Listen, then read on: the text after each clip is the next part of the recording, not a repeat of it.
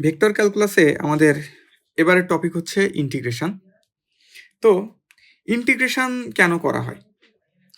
Integration করা হয় একটা কার্ভ, এখানে যে একটা কার্ভ দেওয়া আছে, তো কোনো একটা কার্ভের আন্ডারে যে এরিয়া, এই এরিয়াটাকে বের করার জন্য ইন্টিগ্রেট করা হয়।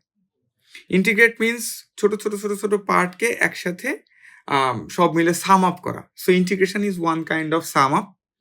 তো ইন্টিগ্রেশনকে আমরা সামেশানের সাথেও কম্পেয়ার করতে পারি, তবে সামেশান এবং ইন্টিগ্রেশনের মধ্যে খুব স্লাইট একটা ডিফারেন্স আছে, যদিও এইখানেই মেজর একটা ডিফারেন্স ক্রিয়েট করে। সেটা হচ্ছে যে সামেশানে আমাদের একটা স্টেপ থাকে। সামেশানে আমরা কি করি, যে সাপোজ আমাদের এই এরিয়াটুকু অ্যাড আপ করতে হবে, তো তখন আমরা সামেশান করি হচ্ছে এইটা এইটা এইটা এইটা, এরকমভাবে আমরা সবগুলা ডিফারেন্ট ডিফারেন্ট যে এরিয়া, এই এরিয়াগুলা এরিয়া 1 এরিয়া 2 এরকমভাবে সবগুলাকে সাম আপ করে আমাদের টোটাল সামেশানটা বের করা হয়। এখন প্রবলেম হচ্ছে যে আমাদের এই প্রত্যেকটা এরিয়া এটা অ্যাকুরেটলি বের করা কিন্তু খুবই টাফ একটা কাজ। কারণ হচ্ছে আমাদের এই যে এরিয়াটা, এই এরিয়াটা আসলে আমরা কিসের মতো ট্রিট করব? এটা দেখলে মনে হচ্ছে যে ইট মে বি এ ট্রাপিজিয়াম, কিন্তু অ্যাকচুয়ালি এটা তো একটা কার্ভ। তো কার্ভ হইলে আমাদের এই পার্টটা অবশ্যই একটা কার্ভ। সো আমরা অবশ্যই এটাকে হচ্ছে ট্র্যাপিজিয়ামের মতো ট্রিট করতে পারি, কিন্তু এখানে কিন্তু খুব প্রপার রেজাল্ট পাওয়া সম্ভব না। তো আমরা যখন সামেশন করি তখন একটা ফাইনাইট স্টেপ থাকে, কারণ সেই স্টেপের জেনারেলি স্টেপটা আমরা 1 বা 0.1 এরকম ধরনের একটা স্টেপ নিয়ে, এজন্য আমরা সামেশন লিখি কিভাবে, যে summation of n equal to 1 থেকে n ইকুয়াল টু সাপোজ 100, ঠিক আছে? তো দেন আমরা কি বলতেছি, একটা ফাংশন লিখি যে এক্স স্কোয়ার প্লাস 5। এখানে আমরা কি করব, এক্স এর ভ্যালু 1 বসাবো একবার, দেন এক্স এর ভ্যালু 2 3 এই করতে করতে 100 পর্যন্ত বসাবো, এবং এই সবগুলাকে হচ্ছে আমরা অ্যাড করে ফেলবো। এইটাই হচ্ছে আমাদের সামেশন। এখন প্রবলেম হচ্ছে এরকম, তো আমরা চিন্তা করি একটা কার্ভ হচ্ছে আমাদের এরকম। এবার প্রবলেম হচ্ছে এইটাকে যদি আমরা সামেশন বের করি, তাহলে সামেশন আমরা অবশ্যই একটা সার্টেন ইন্টারভ্যাল পরপর নিব। তো certain interval suppose that is 1, এই একটা 1, দেন 2, দেন 3, 4, 5। তো আমরা যখন সামেশন করব তখন কি হবে, আমাদের সামেশনের ভ্যালু n ইকুয়াল টু 1 যখন বসাচ্ছি তখন ভ্যালুটা কিন্তু এই জায়গায়, দেন 2 বসাচ্ছি তখন এই জায়গায়, 3 বসাচ্ছি তখন এই জায়গায়, 4 দেখা যাচ্ছে যে 3 এবং 4 এটা কিন্তু মোটামুটি সেম একটা হাইটে। তো আমাদের যখন সামেশন বের করব তখন এই দুইটা পয়েন্টের মাঝখানে এদের যে কোনো একটা চেঞ্জ হয়েছে এবং ড্রাস্টিক চেঞ্জ হয়েছে, এখানে আমরা একটা ভ্যালে দেখতে পাচ্ছি এবং একটা ক্রেস্টও দেখতে পাচ্ছি। এই জিনিসপত্রগুলো কিন্তু সামেশনের ম্যাথ করতে গেলে কখনোই বোঝা যাবে না। এই যে এইখানে যেরকম, এখানে আমাদের মনে হবে যে এইটা এবং এইটার মাঝখানের একটা রেক্ট্যাঙ্গেল আমরা যখন সামেশন বের করব, কিন্তু ঘটনা হচ্ছে এখানে একটা বিরাট একটা এরিয়া কিন্তু নেই। তো এই সমস্যা থেকে আমরা যদি হচ্ছে এর একটা সলিউশন চাই, তখনই আমাদের ইন্টিগ্রেশন জিনিসটা সামনে আসে। ইন্টিগ্রেশনে কি করি, এই সেম ইন্টারভেলটাই থাকে, কিন্তু এই ইন্টারভেলের যে গ্যাপ, এই গ্যাপটা কিন্তু অনেক কম। এবং কত কম আমরা কিন্তু এটা ড্র করতে পারতেছি না। এখানে আমাদের একটা টার্ম আছে যে এই যে ডিএক্স মানে মাঝখানে যে গ্যাপটা, এই গ্যাপটা হচ্ছে টেন্স টু 0। তার মানে এইটা একেবারে 0 না, কিন্তু 0-র যত কাছে যাওয়া সম্ভব তত কাছে। যতদূর পর্যন্ত আমরা চিন্তা করতে পারি যে মেবি পয়েন্টের পরে 100 দেন একটা 1, নো, চিন্তা করে ফেলছি মানে ওর থেকেও ছোট। সো এটা প্রায় ইনফিনিটি স্মল। তো এরকম ইনফিনিটি স্মল পরপর যদি আমরা গ্যাপ নিই, তাইলে অ্যাকচুয়ালি এই প্রত্যেকটা জিনিসের এই একটা লাইন আর তার পরের লাইনটা কত কাছে, একেবারে টেন্স টু 0 কাছে। দ্যাট মিন্স একেবারে ওই লাইনের পরেই। সো এইরকম কাছে যখন আমরা দুটা লাইন নিব, তখন এদের মাঝখানে যে এরিয়াটা হবে, এই এরিয়াটা অ্যাকচুয়ালি একটা রেক্ট্যাঙ্গেল হয়ে যায়। বিকজ মানে খুব কাছে থাকার জন্য এই লাইন আর এই লাইনের হাইট কিন্তু সেম, সেটা যতই স্টিপ কার্ভই হোক না কেন। আমরা যদি খুব কাছাকাছি দুইটা লাইন নিই, এই দুইটা লাইনের হাইট কিন্তু সেম হয়ে যায়। তো সেম হয়ে যায় দেখে ওইটার যে এরিয়াটা, এই এরিয়াটা একটা রেক্ট্যাঙ্গুলার এরিয়া। তো এরকমভাবে আমরা যখন ইন্টিগ্রেট করি তখন একটা কার্ভকে এত ছোট ছোট ডিভিশনে আমরা ডিভাইড করি যে প্রত্যেকটা এরিয়া এক একটা রেক্ট্যাঙ্গেলের মতো এরিয়ায় পরিণত হয়। তো যাই হোক, এইভাবেই হচ্ছে আমাদের ইন্টিগ্রেশন করা হয়।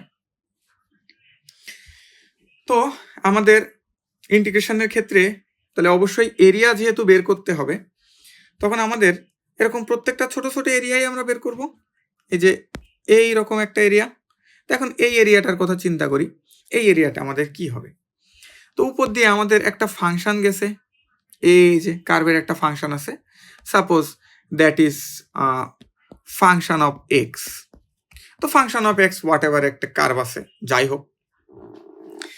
তো এই ফাংশন অফ এক্সে আমরা চিন্তা করি যে এটা হইতে পারে x cube minus 5x square plus ln x. আচ্ছা, তো এখন আমরা যদি এই কার্ভের কথা চিন্তা করি, যে এই কার্ভের ইকুয়েশনের যে কোনো পয়েন্টে আমরা যদি এক্স এর একটা ভ্যালু পুট করি, সাপোজ এক্স এর ভ্যালু এখানে হচ্ছে 1, তো এক্স এর ভ্যালু এই function of x equal to আমরা কি জানি, এটা হচ্ছে y. So function of x equal to যদি ওয়াই হয়, তাহলে যে কোনো একটা পয়েন্টে আমরা যখন এরকম একটা এক্স এর ভ্যালু পুট করব, সেইখানে এই ফাংশনের যে হাইট ওয়াই বরাবর, এটা যে হাইট, এটা বের হয়ে যাবে। সো আমরা যে কোনো পয়েন্টে যদি আমরা এক্স এর ভ্যালু পুট করে ফেলি, ওই পয়েন্টে অ্যাকচুয়ালি আমাদের এর হাইটটা পাওয়া যায়। এখন এরকম একটা হাইট যদি পাওয়া যায়, সেই হাইট দিয়ে আমরা এই এরিয়াটা বের করতে পারবো। এইবার কথা হচ্ছে এর নেক্সট হাইট কত দূরে, টেন্স টু 0, একেবারেই পাশে। পাশের যে আমার যে পাশের যে কলামটা, এই কলামটা একেবারেই পাশে। সো আমরা আলাদা করে আমরা যখন এক্স ইকুয়াল টু 1 বসাচ্ছি, অ্যান্ড নেক্সট হচ্ছে এক্স ইকুয়াল টু 1.0000000 বা ট্রিলিয়ন ট্রিলিয়ন জিরোর পরে একটা 1, সেটা অ্যাকচুয়ালি কি একেবারেই এর নেক্সট টু ইট। অ্যান্ড সেই ফাংশনের ভ্যালুতে ওয়াই এর কোনো ডিফারেন্স আমরা দেখবো না। আমরা দেখবো যে এইখানে 1এও যা ছিল, 1-এর থেকে একটুখানি সামনেও ভ্যালুটা হচ্ছে সেমই আছে ওয়াই এর ভ্যালু। তো এটা যদি হয়, তাহলে আমরা ফাংশন অ্যাকচুয়ালি একটা পয়েন্টেই বের করবো, অ্যান্ড পাশের পয়েন্টে বের করার কোনো প্রয়োজন নাই। তো আমাদের যে এরিয়াটা আসবে, সেই এরিয়াটা কি, এই যে লেংথটা ইন্টু এর মাঝখানের এই যে গ্যাপটা, তাই না? তো ঘটনা হচ্ছে আমাদের এই মাঝখানের গ্যাপটাকে আমরা বলি হচ্ছে ডিএক্স, এবং ডিএক্স কতটুকু, টেন্স টু 0, অ্যাবাউট 0। আর এইটা হচ্ছে আমাদের ওয়াই। সো আমরা বলতে পারি যে ওয়াই এর থেকেও তো এর যে পাশের ডিএক্স দূরে যে নতুন ওয়াইটা পাবো, ওই y1 বা ওয়াই প্রাইম, সেটাও তো তার থেকে সামান্য একটু বেশি। এখন কথা হচ্ছে যে আমরা ওইটাকে ইগনোর করব। একটা এরিয়া, সাপোজ এরিয়াটা হচ্ছে এই রকম, এই এরিয়ার আমরা এই যে এক্সট্রা লেংথটুকু, এই যে এই দিক বরাবর যে এক্সট্রা লেংথটুকু, এই এক্সট্রা লেংথটুকুকে আমরা ইগনোর করব, কারণ এইটাও টেন্স টু 0। এখন এইটা যখন করব, তখন সবার মনে প্রশ্ন আসতেই পারে যে এইখানে আমরা এক্সট্রা লেংথটুকু ইগনোর করতেছি, হোয়াই নট হেয়ার? তো এইখানে আমরা যদি চিন্তা করি যে এখানে আমাদের আসেই শুধু ওই ছোট্ট একটা লেংথ, এইটাকে যদি আমরা অ্যাকচুয়াল 0 ধরি, তাহলে কিন্তু এই টোটাল এরিয়াটাই 0 হয়ে যায়। কিন্তু আমরা যদি এই মাথার একটুখানি 0 ধরি, তাহলে খুব সামান্য একটা অংশ কিন্তু এখান থেকে বাদ যায়। তো এইখানেই হচ্ছে আমাদের ডিফারেন্সটা, যে আমরা চিন্তা করি যে একদিকে একটা কলাম, এই কলাম হচ্ছে এইদিকে 1000 আর এইদিকে হচ্ছে 1। আমরা যদি এই কলামের মাল্টিপ্লিকেশন বের করি, এর এরিয়াটা কত, তাহলে 1000 ইন্টু 1 ইকুয়াল টু 1000। আচ্ছা, আমরা চিন্তা করি এই কলামের হাইটটা আমরা 1 ইনক্রিজ করি। তো ইনক্রিজ করলে আমাদের কি হবে, নেক্সট যে কলাম হাইট, এটা চিন্তা করি যে 1001। সো আমরা যদি 1001কে 1 দিয়ে মাল্টিপ্লাই করি, তাহলে আমাদের আসবে কি 1001। তো দেখি যে এইখানে কিন্তু ডিফারেন্সটা খুবই কম, 1000 আর 1001 খুব কাছাকাছি দুটো নাম্বার। কিন্তু আমরা যদি এইখানের 1কে ইগনোর করে এইটাকে 0 ধরি, বা এটাকে যদি আমরা 2 ধরি, তো আমরা চিন্তা করি প্রথমে এটাকে 0 ধরি, 1000 ইন্টু 0 ইকুয়াল টু 0। তাইলে আমাদের এইখানেও আমরা 1 ইগনোর করছি, 1 কমাইছি বা 1 বাড়াইছি, তখন আমাদের সামান্য একটু চেঞ্জ আসতেছিল যখন আমরা ওয়াই এ চেঞ্জ করছি। কিন্তু যখন আমরা এক্স এ চেঞ্জ করতেছি এই সেমটুকু, তখন কিন্তু একটা ড্রাস্টিক চেঞ্জ। অ্যান্ড আমরা যদি একে 2 বানাই দিই 1000 ইন্টু 2 ইকুয়াল টু 2000, এখানেও একটা ড্রাস্টিক চেঞ্জ দেখতেছি। কারণ হচ্ছে আমাদের চেঞ্জটা অ্যাকচুয়ালি যদিও আমরা 10 to 0 পরিমাণ চেঞ্জ করছি, কিন্তু কতটুকুতে? 10 to 0-তে। তার মানে 100% চেঞ্জ করে ফেলছি। That's a huge impact. So আমরা ওয়াই এর দিকে একটা সামান্য একটা ডিস্টেন্স, ওইটাকে আমরা ইগনোর করব, কিন্তু এক্স ডিরেকশনে আমাদের এটাকে কিন্তু ইগনোর করা যাবে না। তো যাই হোক, আমরা ইন্টিগ্রেশন দেখতেছিলাম। তাহলে ইন্টিগ্রেশনটা হচ্ছে কিরকম? আমাদের কি দেখতে হবে? যে এরিয়াটা বের করতে হবে। এরিয়া মিনস ওয়াই ইন্টু এখানে কি ডিএক্স। তাহলে এইটাই হচ্ছে আমাদের ইন্টিগ্রেশন সাইন। ইন্টিগ্রেশন সাইন হচ্ছে সামেশন সাইনের একটা আপগ্রেডেড ভার্সন। এটা হচ্ছে ইন্টিগ্রেশন সাইন। ইন্টিগ্রেট করার পরে আমাদের কি করতে হবে? ওয়াই এবং ডিএক্সকে মাল্টিপ্লাই করতে হবে, কারণ তাইলেই তো আমাদের এই এরিয়াটা বেরো যাবে। এখন এই ইন্টিগ্রেশন সাইন মানে হচ্ছে কি, যে ওয়াই এবং ডিএক্সকে ইন্টিগ্রেট করলে তো আমরা একটা এরিয়া পাবো। তাহলে এরকমভাবে আমাদের যতগুলা নেওয়া যায় ওই পর্যন্ত, রেঞ্জ পর্যন্ত, তাহলে আমাদের একটা রেঞ্জ আছে সাপোজ 1 থেকে 5 পর্যন্ত। সো আমরা ইন্টিগ্রেটিং ভেরিয়েবল লিখবো 1 থেকে 5। এটা হচ্ছে লোয়ার লিমিট, আর উপরে যেটা লিখছি এটা হচ্ছে upper limit. Okay, so y equal to কি? Function of x. তো আমরা বলতে পারি integration 1 to 5 function of x dx. এবার ফাংশন অফ এক্স এর ভ্যালু কি? এটা। সো 1 থেকে 5 x cube minus 5 x square plus ln x, এটা ডিএক্স। এই ডিএক্স মানে হচ্ছে ইন্টিগ্রেট কার রেসপেক্টে করতেছি আমরা, যেহেতু এক্স এর ডিরেকশনে করতেছি, সো এক্স এর রেসপেক্টে ইন্টিগ্রেট করতেছি, এইটা বোঝানোর জন্য এখানে ডিএক্স লেখা হয়। এটা যদি ওয়াই লেখা হইতো তাহলে আমরা বুঝতাম হচ্ছে ওয়াই এর দিকে ইন্টিগ্রেট করা হচ্ছে।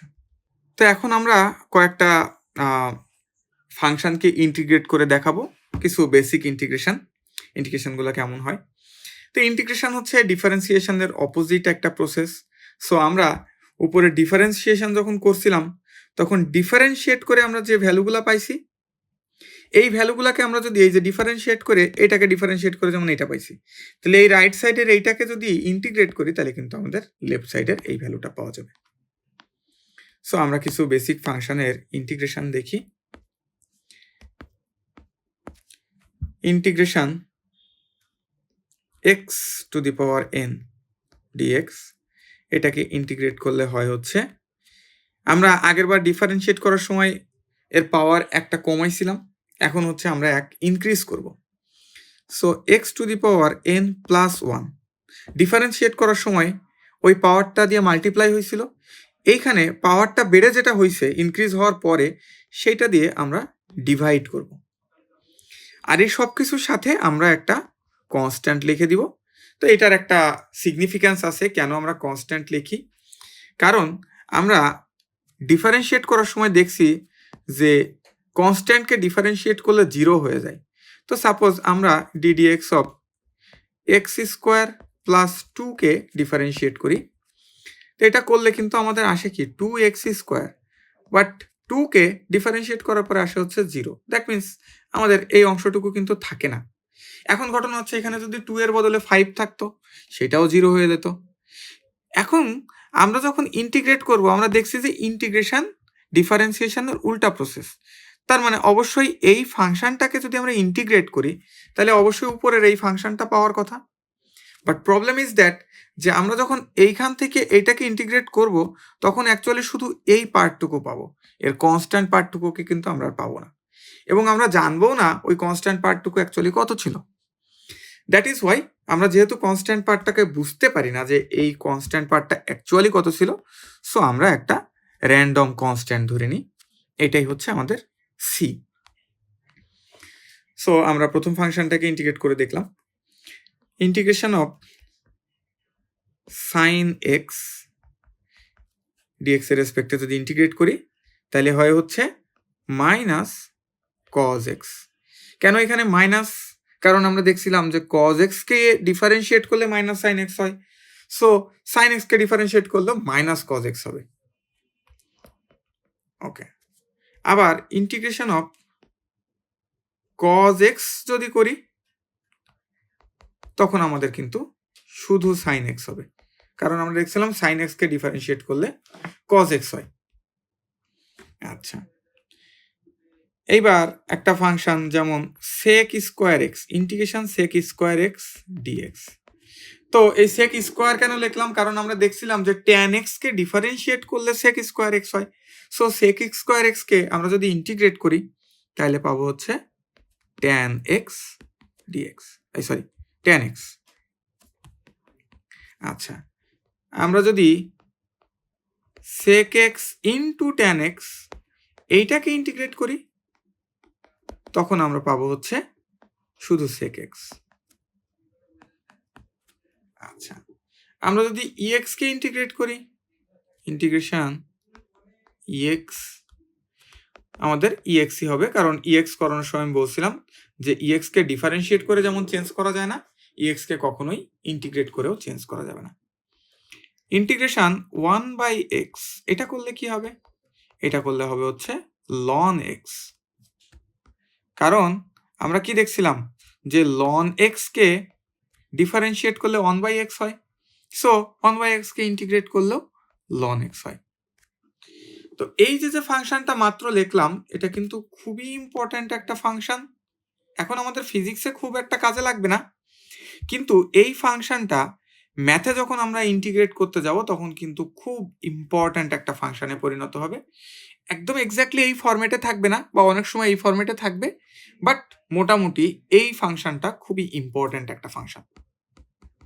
আচ্ছা, এরকমভাবে আরও বেশ কিছু ইন্টিগ্রেশন আছে, বাট আমাদের ফিজিক্সের জন্য তো আসলে খুব বেশি প্রয়োজন নাই।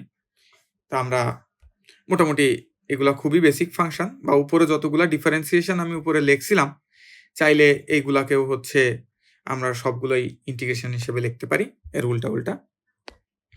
তবে ডিফারেন্সিয়েশনের সময় আমরা এই যে ইউভি বলে যে ফাংশনগুলো করছিলাম এটা কিন্তু ইন্টিগ্রেশনের জন্য খুবই হার্ড। সো আমরা জেনারেলি, তবে এই ফাংশনটা সহজ আছে, এই ফাংশনটা ইন্টিগ্রেট করা সহজ, সো এটা দেখাই। কিন্তু আমরা হচ্ছে ডিরেক্টলি ইউভি এটাকে ইন্টিগ্রেট করব না, কারণ এটা একটা বেশ হার্ড একটা রুল আছে এবং এটা আমরা অবশ্যই ম্যাথে শিখব। Integration of u plus v dx, এটাকে ইন্টিগ্রেট করলে integration of u dx plus integration of v dx. So আমরা যদি এরকম দুইটা ফাংশন আমরা এরকম অ্যাডেড বা সাবট্রাক্ট অবস্থায় পাওয়া যায় তখন এই ফুল ইন্টিগ্রেটেড ওই যে দুইটা যে পার্ট, এই পার্টটাকে আলাদা আলাদাভাবে ইন্টিগ্রেট করা যায়। এই হচ্ছে আমাদের ইন্টিগ্রেশনের একেবারেই বেসিক কিছু ল। এর মধ্যে সবগুলো আমাদের ফিজিক্সে কাজে লাগবে না, ফিজিক্সে মোস্টলি আমাদের যেগুলো কাজে লাগে সেটা হচ্ছে এই যে এইটাই মোস্টলি আসলে কাজে লাগে।